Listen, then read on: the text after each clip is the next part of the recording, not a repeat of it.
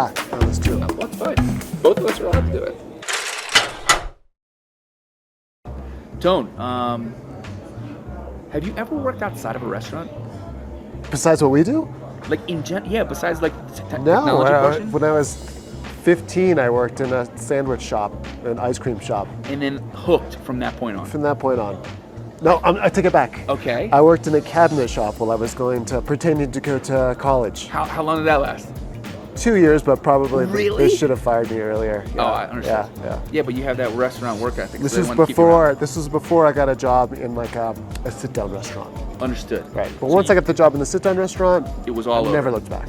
Yeah. So you've worked in, you worked in a sandwich shop, you worked in an ice cream shop, you then worked at sit-down restaurants, right? Then I went to culinary school, worked in Paris, Okay. came back to New York, worked in fine years, dining. Years Yeah. in New York. Yes. I mean, you spent 20 years in restaurants in the ops. I spent a little bit less, but 15 plus.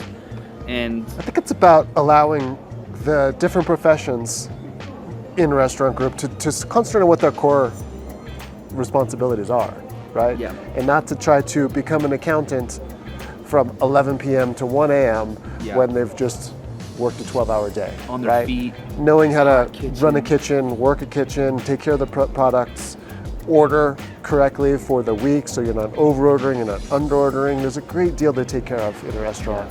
And you don't go to school to be an accountant, No. really.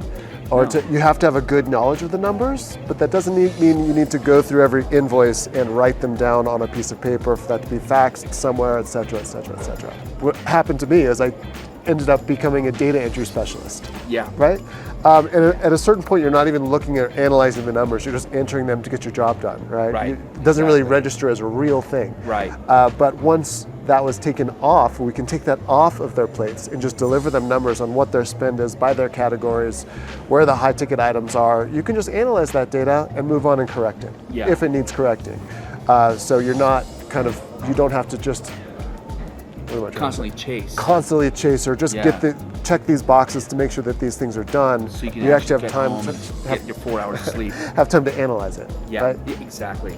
One of the things that I specifically remember myself was that the accounting portion of my job, even as a GM, was the last thing I did every night.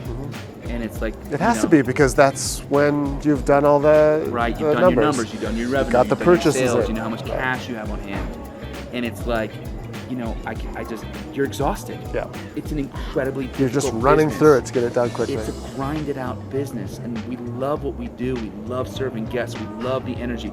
We love playing with fun ingredients. We love the camaraderie.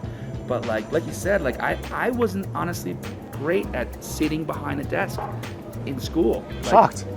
Are you? I'm shocked. I'm great on my feet. I'm great talking Right. to people. I'm great moving around. You need to be moving around. I was always kind of funny talking about the food cost while sitting at a desk on a phone call with a bunch of other people and talking about the food cost this, the food cost that. The food cost is happening behind the door, in the kitchen, in the prep room, in the walk-ins, right? So being able to allow those professionals to stay in those areas open and up see it that time. firsthand, right? Restaurants aren't run on spreadsheets, right? No. They're not. That's No. the end result of all the work you've done that day. Right? So enabling you to stay in that environment and work with the food, make sure things are correct, make sure the diners are happy. That's what Do what you're good they at. need. Exactly. Do what you're good at. Do what you're good at. And what you're right? trained to do. That's exactly right. So, we built ChouxBox with number one, ease of use in mind. We wanted to make it as easy as possible for chefs and managers and operators to have real numbers Quickly. quickly. It had to be quick. It couldn't just be easy. It had to be fast. Absolutely. And then, of course, we got to know accountants, CFOs, and controllers really well, because ultimately the information that the restaurants were feeding into the system drove the entire engine for our accounting partners. Yeah, I think many times that kind of becomes flip-flop, Yeah. the different sides of the equation between the restaurant operations and the accounting operations both think that they're kind of running the show, right? Right. But they Right. both rely upon each other to get the Big numbers time. that they need. Big right? time. And after spending all this time in ChouxBox, a decade plus, we got to understand what were the most important things that the firms and the controllers and the CFOs were trying to accomplish. So based on all those years working directly with those back office professionals, we then started Over Easy Office. Right.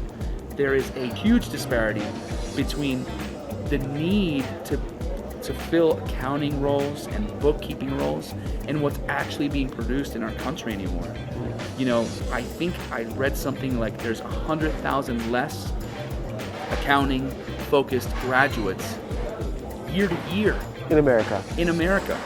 So, by building Over Easy, we were doing everything we could to empower all these great team members that we got to know on a much different level. So, CFOs and controllers are looking for the fastest and easiest way to have super accurate books, make sure they're doing all their filings on time, make sure they're understanding and reporting to investors or to restaurant owners.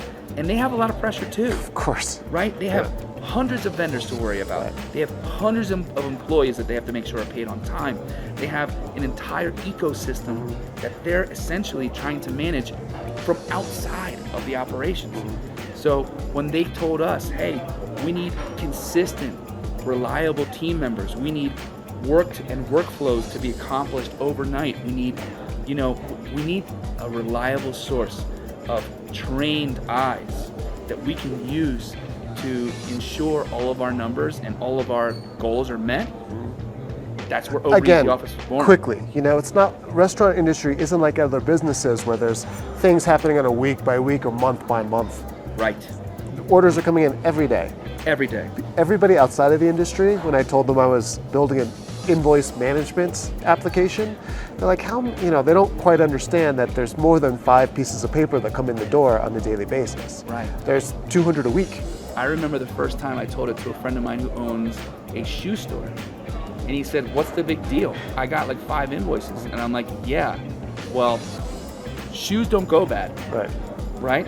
And on top of that, just at the restaurant we were working at, we had a specialty guy for butter, we had a specialty person for eggs, we had a specialty person for flours, we had a specialty person just for pork, and the menu's got 100 different items on it. Yep. So before you know it, you got a delivery coming from 20 different beer vendors, 20 different wine vendors, you got somebody just for straws, you got somebody just for glassware. It gets crazy. Yeah. So it was really important that we were able to tackle that. And I'm proud to say we were the first on the scene in our restaurant-focused AP automation industry. I believe so. And we continue to evolve, continue to grow. I think that one of the things that's really enabled us to excel also in what we do is we never started to overlap and make it a bigger platform than we thought was required. We also want to be able to play with other platforms in the industry, right? And we don't want to make it so that we do everything. There are certain things we absolutely do not do. What we do is we get information off of paper as quickly as possible and supply it back to you so you can send it wherever it needs to go. Whether it's accounting, whether it's Cogswell, whether it's Mies, whether it's an inventory platform, any of that stuff. So we're very, we very... sell sendintobill.com. Sure, anywhere any accounting platform. Anywhere. Yeah. So we just excel on getting the paper off the page, the scan, I should say, the data off the page, and we, as efficiently as possible, as quickly as possible, with a very, very high degree of accuracy. Yeah. Excellent.